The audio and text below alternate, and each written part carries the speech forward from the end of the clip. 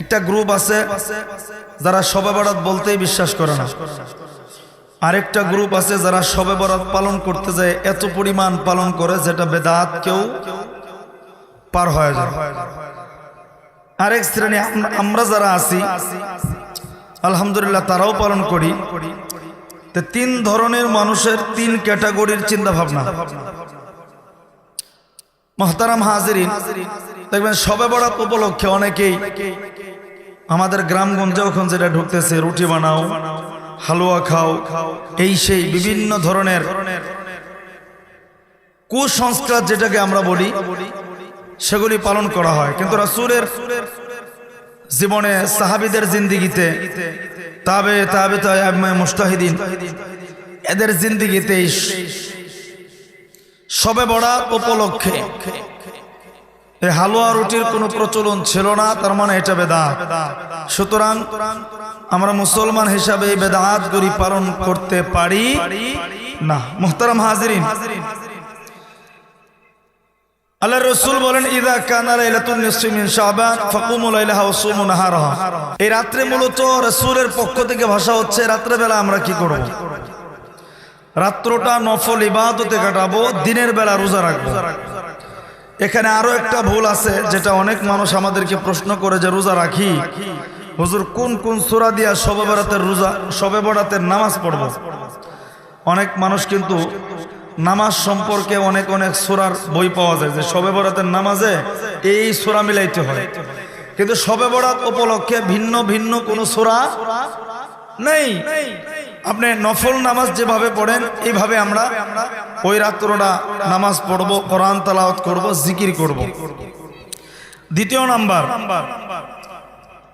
শবে বরাতে আমরা অনেকেই সম্মিলিতভাবে দল বেঁধে আমরা কবরস্থানে, গুরুস্থানে মুনাজাত করতে যাই, এটা সম্পূর্ণ বেদাত। কবরস্থানে আপনার যদি ওই দিন, যেহেতু আল্লাহ তাআলা অন্য অন্য দিনগুলোতে আল্লাহ তাআলার রহমত আসে গভীর রজনীতে, কিন্তু শবে বরাতে উপলক্ষে আল্লাহর পক্ষ থেকে বিশেষ এই উম্মতের জন্য নেয়ামত হলো মাগরিবের পর থেকে আল্লাহ তাআলার রহমত শুরু হয়ে যায়। সুবহানাল্লাহ। তো এই সময় সাধারণ মাফের ঘোষণা আসে, তো সেক্ষেত্রে আমাকে আপনাকে সম্মিলিত মুনাজাত করা যাবে না। আপনি গুরুস্থানে যাবেন একা একা, গুরুস্থানে যাবেন একা একা দোয়া করবেন, একা একা মুনাজাত করবেন। আল্লাহ রাসূলের জিন্দেগিতে তো এমন দেখা যায়। একদিন আম্মা জান আয়েশা সিদ্দিকা রাদিয়াল্লাহু আনহা বলেন, আমি শুয়ে আছি, হঠাৎ করে দেখি নবীজি আমার পাশে নাই। আম্মা জান আয়েশা বলেন, আমি নবীজিকে তালাশ করার জন্য ঘর থেকে বাইর হয়ে গেছে, খুঁজতেছি, নবীজিকে কোথাও পাওয়া যায় না। মুসলমান ভাইরা আমার খুব খেয়াল করেন, দিলের কান লাগায় কথাগুলি শুনবেন। এখনো পর্যন্ত যে সমস্ত বাবারা, যুবকরা প্যান্ডেলের বাহিরে, দোকানে, চাষটলে বিভিন্ন কাজে ব্যস্ত আছে না, বাবাজি, একজন বাবাজি আর প্যান্ডেলের বাহিরে থাকবো না। একজন যুবক ভাই মোবাইল, ফেসবুক, ইন্টারনেট বন্ধুর আড্ডায় থাকবো না। একজন পর্দার আড়ালের মাও আর কোনো কাজে ব্যস্ত থাকবো না। এই বাবাজি,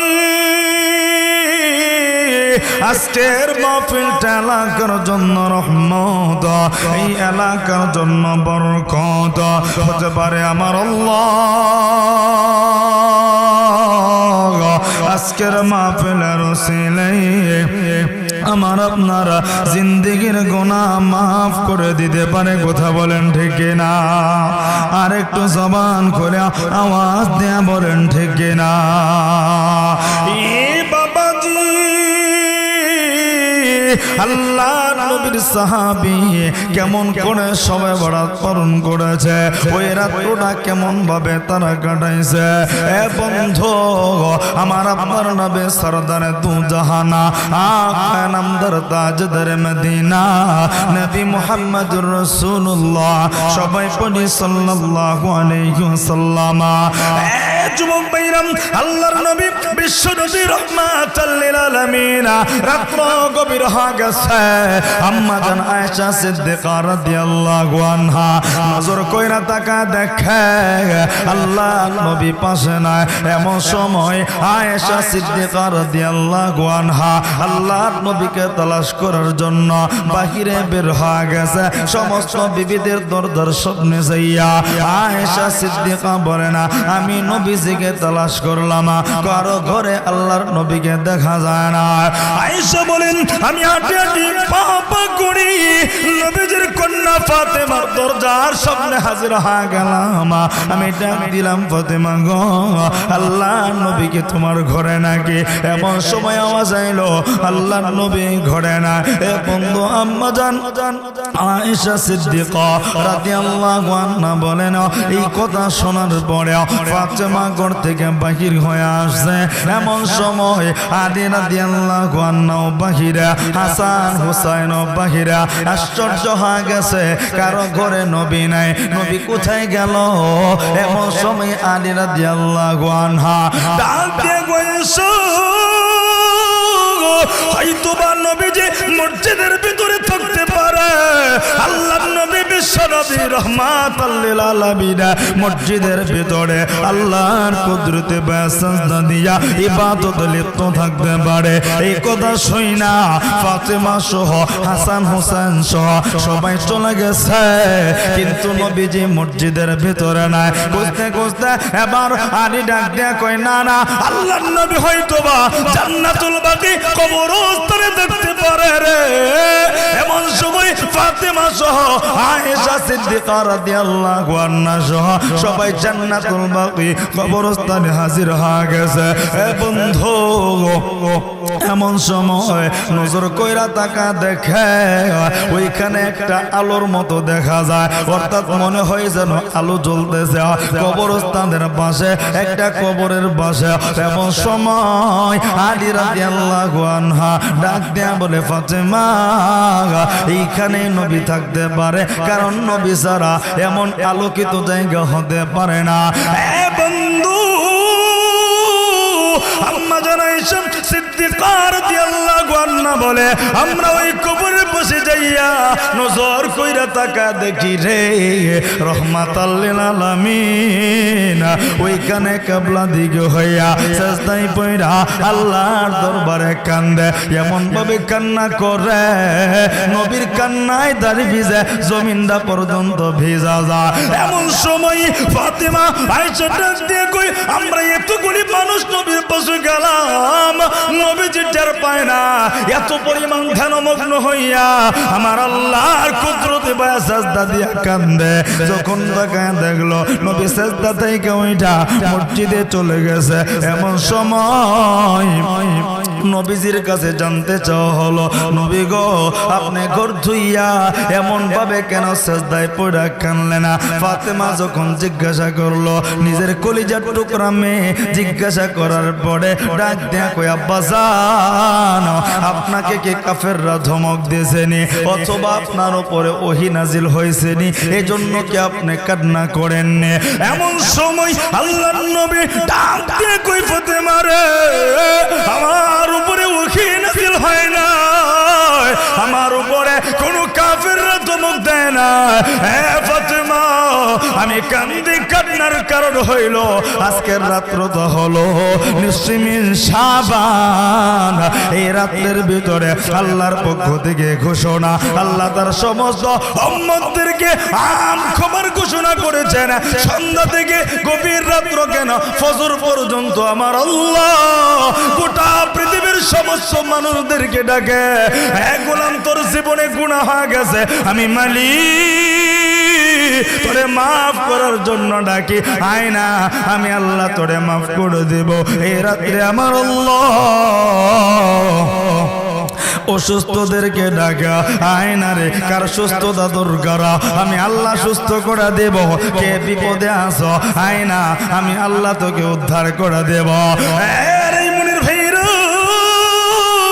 আল্লাহ নবী বলেন, এই দিনে আমার আল্লাহ এই রাত্রটা বড় দামি রাত্র, এই রাত্রটা ইবাদত করার রাত্র, এই রাত্রটা আমার আল্লাহকে তালাশ করার রাত্র। হে আয়েশা রে, আমি সিজদায় পড়া কান্দি, আমার এতিম উম্মত, উম্মতের মুক্তির জন্য আমি নবী কান্দি। আরে সুবহানাল্লাহ, জোরে কর না সুবহানাল্লাহ, আওয়াজ দিয়া পড়েন না আল্লাহু আকবার। রহমাতাল লিল আলামিন নবী, রহমাতাল লিল আলামিন নবী, কোরআনে প্রমাণ, উম্মত বিনে কে বুঝিবে আমার দয়ার নবীর শান, উম্মত বিনে কে বুঝিবে আমার দয়ার নবীর শান। রহমাতাল লিল আলামিন নবী, কোরআনে প্রমাণ, উম্মত বিনে কে বুঝিবে আমার দয়ার নবীর শান। কথা বলেন ঠিক কি রাম? আর জবান খুলে বলেন ঠিক কি রাম? নবী আমার মদিনারি বুলবুল, আমার আল্লাহ প্রেম করিয়া নামটি দিলেন মুহাম্মদ রাসূল। নবী আমার মদিনারি বুলবুল, আমার আল্লাহ প্রেম করিয়া নামটি দিলেন হাবিবে রাসূল। সেই নবীকে ভুল বুঝিলে, সেই নবীকে ভুল বুঝিলে পাইব না জান্নাত, উম্মত বিনে কে বুঝিবে আমার দয়ার নবীর শান।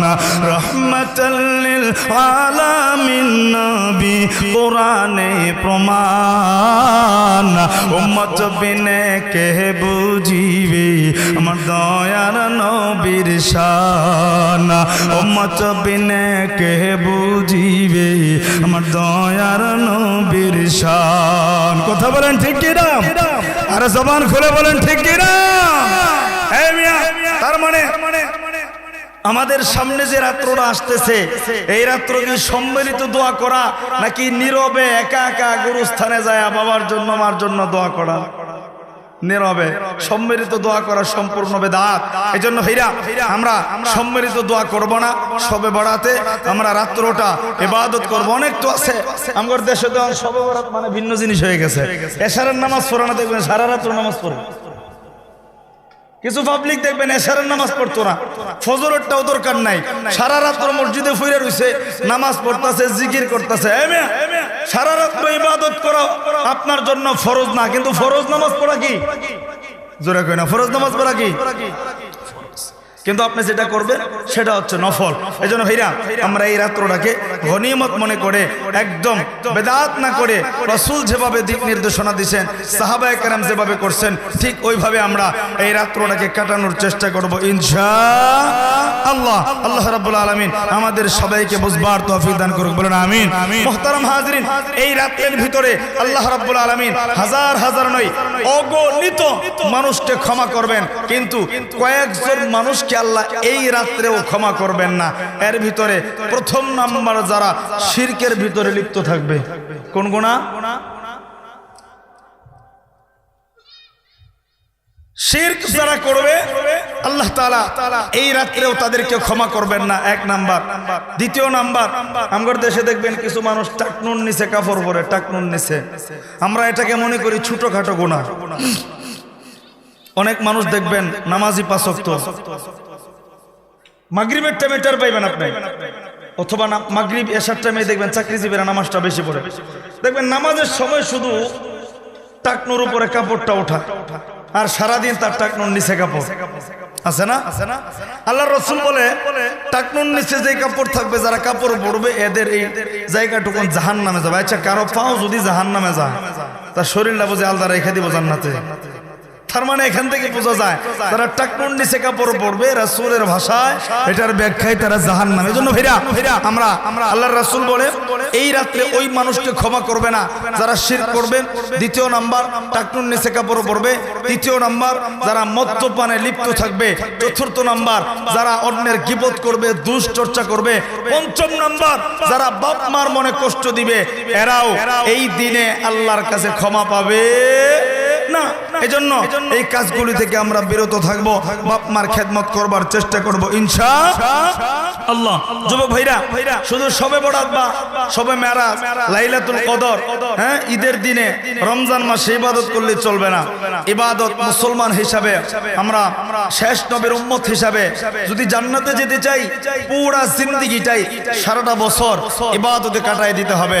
কারণ আমারে আপনার একজন কাজে রাখছে, সারাদিন কাজ না করলে যেমন বেতন দিবে না, আমি আপনি মালিকের হুকুমের গোলাম। মালিক আমাকে আপনাকে পাঠিয়েছে একটা কাজের জন্য, সেই কাজ যদি আমরা না করি মালিক আমাকে আপনাকেও জান্নাত দিবে না। এজন্য যুবক ভাইদের প্রতি অনুরোধ থাকবে সময়গুলি অযথাই নষ্ট না করে আমরা আমাদের সময়কে গুরুত্ব দিয়ে আল্লাহর গোলামিটা করবার চেষ্টা করব ইনশাআল্লাহ।